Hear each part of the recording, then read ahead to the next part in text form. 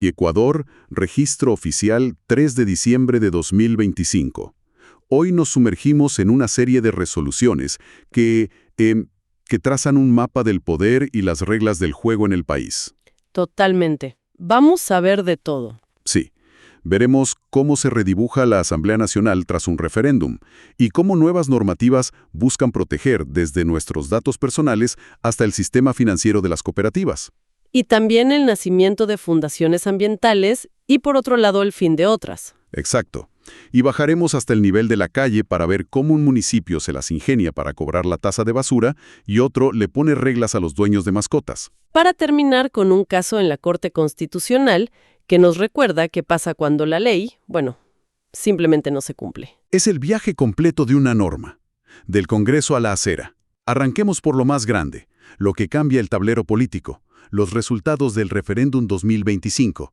Ya proclamados oficialmente. El cambio más sonado, claro, es la reducción del número de asambleístas. Así es. Es una de esas decisiones que se sienten directamente en la estructura del poder. La nueva fórmula aprobada es bastante clara. Son 10 asambleístas nacionales fijos, uno por cada provincia, lo que garantiza representación territorial, y luego se añade un asambleísta provincial más por cada 400,000 habitantes. A ver, pongámosle números a eso porque el impacto es brutal. La provincia del Guayas, que es la más poblada, ¿cómo queda? Pasa de tener 24 asambleístas a solo 11. ¿11? 11. Y Quito, como distrito metropolitano, se reduce de 15 a 7. Es un recorte de más del 50% en ambos casos.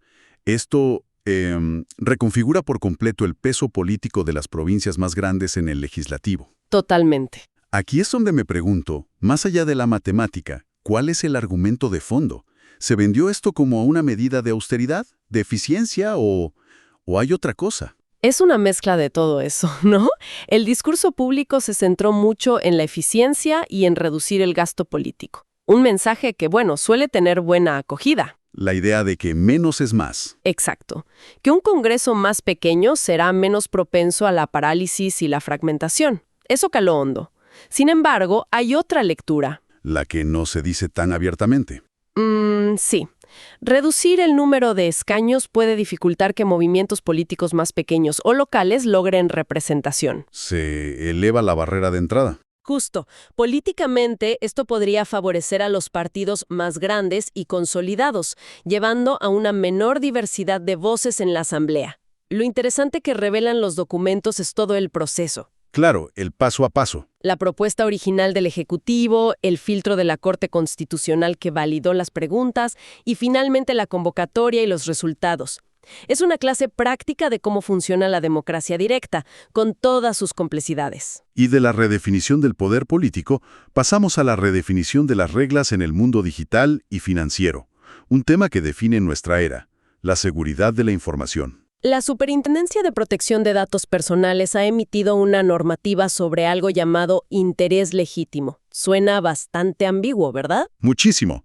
Y por eso la norma es tan importante. Lo que es fascinante aquí es que esta regla le abre la puerta a las empresas del sector privado para que traten nuestros datos personales sin pedirnos permiso explícito.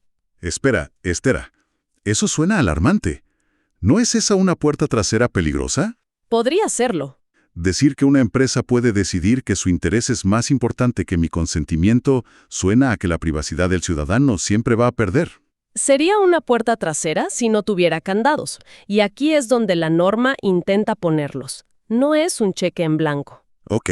El mecanismo clave se llama evaluación de ponderación. Antes de usar tus datos, la empresa tiene que hacer un análisis documentado, casi como un caso legal, donde demuestre 3 cosas. ¿Cuáles? Que su interés es real y legal, que el tratamiento de los datos es estrictamente necesario para ese fin, y lo más importante, que su interés no pasa por encima de los derechos y libertades fundamentales de la persona. ¿Puedes dar un ejemplo práctico de dónde se aplicaría esto? Claro. Imagina que un banco quiere analizar patrones de transacciones para detectar fraudes. Su interés legítimo es protegerse a sí mismo y a sus clientes. Entiendo. No te van a llamar a pedirte permiso para correr un algoritmo sobre millones de transacciones. Exacto. Pero lo que esta norma prohíbe explícitamente es usar esa misma base de interés legítimo para, por ejemplo, acceder a tus datos médicos sensibles o para crear un perfil de crédito totalmente automatizado que te niegue un préstamo sin que un humano lo revise. Ah, ahí está el límite. Ahí la balanza se inclina hacia tu derecho a la privacidad y a no ser juzgado por una máquina. Es un equilibrio muy, muy delicado. Y esa idea de equilibrio no solo se aplica a nuestros datos. La vemos también en cómo el gobierno intenta proteger nuestro dinero, especialmente en el sector cooperativista. Correcto. La Superintendencia de Economía Popular y Solidaria, la SEPS, acaba de lanzar un nuevo manual de prevención de lavado de activos, conocido por sus siglas SPARLAF. Que suena trabalenguas burocrático, la verdad. Totalmente, pero en el fondo es el nuevo manual antimafias para las cooperativas de ahorro y crédito, las cajas comunales y entidades similares. Les dice qué focos rojos buscar. Justo, para que su dinero no termine financiando actividades ilegales. Y no es una sugerencia, es una obligación. ¿Y qué implica en la práctica? Porque una cosa es un banco gigante con un departamento de cumplimiento enorme y otra es una cooperativa pequeña en una zona rural. Ahí está el desafío. La norma les exige un sistema robusto de debida diligencia. Tienen que saber quiénes son sus socios, de dónde viene su dinero y a dónde va. Y para los clientes que consideran de riesgo medio o alto. Se activa la debida diligencia reforzada. Esto puede llegar a implicar que un funcionario de la cooperativa tenga que hacer una visita física a la dirección del negocio del cliente. ¿Una visita? Sí, para verificar que existe, que no es una simple fachada para mover dinero. Uf, me imagino el costo y la logística de eso. Para una caja comunal pequeña. Es una carga operativa tremenda. Sin duda. La norma es ideal en su concepción, pero su aplicación en el terreno va a ser el verdadero reto. Y en esa misma línea, veo que la SEPS también ajustó las reglas para la venta de cartera de crédito entre estas entidades. Sí, prohíbe, por ejemplo, que una cooperativa venda su cartera de créditos de alto riesgo a otra con un pacto de retroventa. Que es un truco para sacarla temporalmente de sus libros contables y maquillar su salud financiera. Exactamente. Es un intento por cerrar las grietas por donde se puede colar el riesgo sistémico. Mientras todo este andamiaje de regulación se vuelve más denso, también vemos el otro lado de la moneda, el nacimiento de nuevas organizaciones. Sí, el Ministerio de Ambiente ha estado ocupado otorgando personalidad jurídica a varias de ellas. Y si miras los nombres, ves dos tendencias muy claras, ¿no? Sí. Por un lado tienes las fundaciones con un enfoque de conservación muy directo, casi romántico. La Fundación Oso Palmero en Daulé o la Fundación Huasca Amazonía en Pastaza. Su misión es proteger ecosistemas y especies, pero hay otras que suenan mucho más. Exactamente. Y ahí conectamos con una política ambiental mucho más amplia y pragmática. Como la Asociación para la Aplicación del Principio de Responsabilidad Extendida en la Gestión Integral de Medicamentos Caducados. O Red Farmed, para abreviar. Y también la Asociación Gestión de Aceite Lubricado Usado, GALU. Responsabilidad extendida. A ver, ¿qué significa eso en español simple? Significa que el problema de la basura ya no es solo del municipio. La ley ahora le dice al productor o al importador, el medicamento que vendiste o el aceite que importaste es tu responsabilidad, desde la cuna hasta la tumba. O sea, ¿se obliga a las industrias a limpiar lo que ensucian? En esencia, sí. En lugar de que los fármacos caducados terminen en el vertedero municipal, ahora las propias farmacéuticas deben organizarse y financiar un sistema para recogerlos y destruirlos de forma segura. Lo mismo con el aceite de motor usado. Justo. Es la formalización de la economía circular. El costo de gestionar el residuo se internaliza en el costo del producto, en lugar de que lo paguemos todos con nuestros impuestos. Y así como unas nacen, otras mueren. En los mismos documentos vemos resoluciones de la SEPS que liquidan y extinguen varias asociaciones. Lo cual no es necesariamente malo, Muestra el ciclo de vida completo de estas organizaciones. Claro. El documento detalla el proceso. Los miembros lo solicitan voluntariamente, se presentan informes que confirman que la asociación no tiene deudas con nadie y finalmente se emite la resolución. Es un proceso ordenado. De acuerdo. Ahora bajemos de las grandes políticas nacionales a donde todo esto realmente importa. La calle, el barrio, el día a día. Nos vamos al Cantón Bolívar. Donde se enfrentan a un problema muy terrenal, muy práctico. ¿Cuál? ¿Cómo cobrar por el servicio de recolección de basura? Resulta que tenían un convenio muy cómodo con la empresa eléctrica, Emel Norte, para incluir la tasa de basura en la planilla de luz. Ah, muy práctico. Pero ese convenio se acaba el 31 de diciembre de 2025. Y la eléctrica ya les dijo que no hay renovación. Uf, eso suena a un dolor de cabeza logístico tremendo para el municipio. Si ya no pueden usar la planilla de luz, tuvieron que construir un sistema de cobro desde cero. Prácticamente sí. La solución que encontraron fue reformar su ordenanza municipal. A partir del 1 de enero de 2026, el municipio va a generar sus propios títulos de crédito anuales. O sea que ahora son ellos los responsables de emitir, notificar y cobrar, sin intermediarios. Exacto. Es un ejemplo perfecto de cómo la decisión de un tercero obliga a una administración local a reestructurar por completo un servicio básico. Y de la logística del cobro a la logística de la convivencia.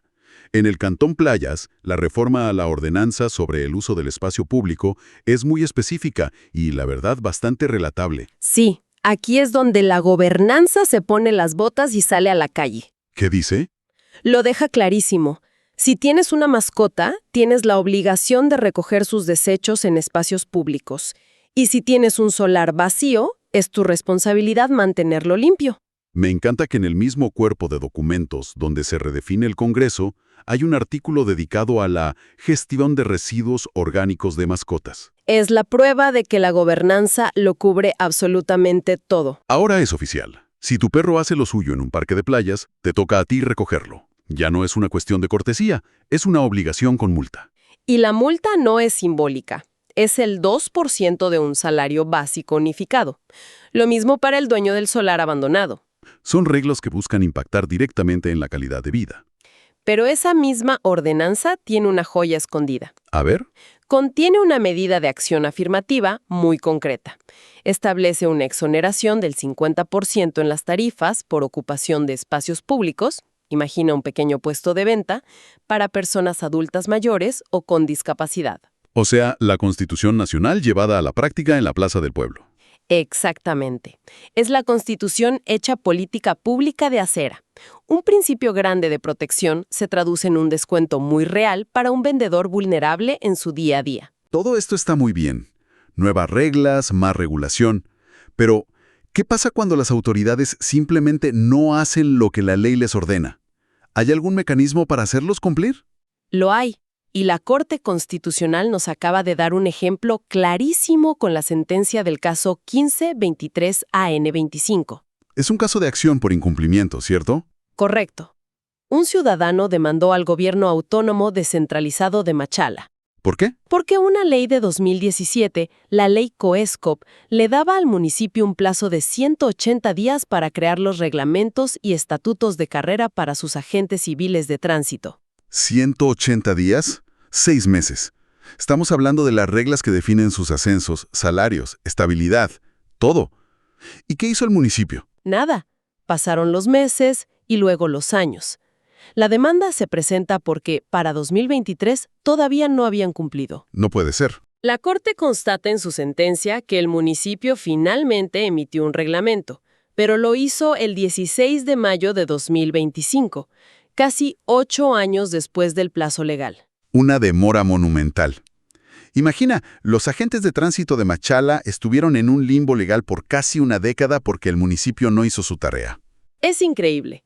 Por eso la Corte declara que hubo un cumplimiento tardío e incompleto, porque además del reglamento todavía faltan los estatutos orgánicos, y le da un severo llamado de atención. Entonces, ¿esto significa que cualquier ciudadano puede, en teoría, llevar a un municipio ante la Corte por no cumplir una ley? En teoría, sí.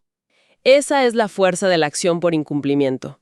Es una herramienta ciudadana poderosa para exigir que las leyes no sean solo papel mojado. Un control directo sobre la administración pública. Exacto. Y para cerrar este recorrido, volvemos a la base de la organización social, al nivel más micro, el deporte barrial. Sí. El Ministerio del Deporte aprobó los estatutos de 2 clubes en Santa Elena, el Barcelona de Zapotal y el Everton de Zapotal. Uno pensaría que son documentos sencillos, Pero si te fijas en el artículo 33 sobre cómo se elige la directiva, Encuentras una conexión directa con las grandes discusiones nacionales sobre igualdad. ¿a qué te refieres? El estatuto establece la equidad de género como un requisito obligatorio. No es solo que si la presidencia la ocupa un hombre, la vicepresidencia debe ser para una mujer o viceversa. Va más allá. ¿Cómo? La composición total del directorio, de todos sus miembros, debe tener un máximo del 60% y un mínimo del 40% para cada género. Es increíble. Empezamos esta conversación discutiendo la composición del Parlamento Nacional con sus cuotas y representaciones, y terminamos con la regla de paridad de género para la directiva del Barcelona de Zapotal. El mismo principio, a escalas totalmente diferentes. Es un microcosmos que refleja los grandes consensos de la sociedad. La gobernanza es como un fractal entonces. Precisamente, el mismo patrón de reglas, derechos y obligaciones se repite desde la escala más grande, la nacional, hasta la más pequeña, la de un club de barrio. Demuestra que todo, al final, está interconectado. Entonces, ¿qué nos deja esta inmersión profunda en el registro oficial? Por un lado, una reforma que cambia el rostro del poder legislativo, y por otro, la multa al dueño de una mascota en playas. Y en el medio, reglas sobre cómo se usan nuestros datos o cómo una cooperativa debe vigilar a sus clientes. Lo que vemos es el tejido increíblemente detallado de la gobernanza. A menudo pensamos que son solo documentos abstractos, burocracia pura. Pero lo que hemos visto hoy es que estas resoluciones y ordenanzas son los hilos que conectan las grandes políticas con la vida cotidiana. Son los mecanismos que definen nuestros derechos, nuestras obligaciones y la estructura misma de cómo convivimos. Queda una pregunta en el aire, una que el caso de Machala pone sobre la mesa de forma muy clara. Con toda esta maquinaria de regulación que nos afecta desde lo más grande hasta lo más pequeño, ¿somos realmente conscientes del marco legal que da forma a nuestra vida? Y más importante aún, ¿qué tan dispuestos estamos a usar las herramientas que tenemos para exigir que esas reglas, una vez escritas, se cumplan para todos?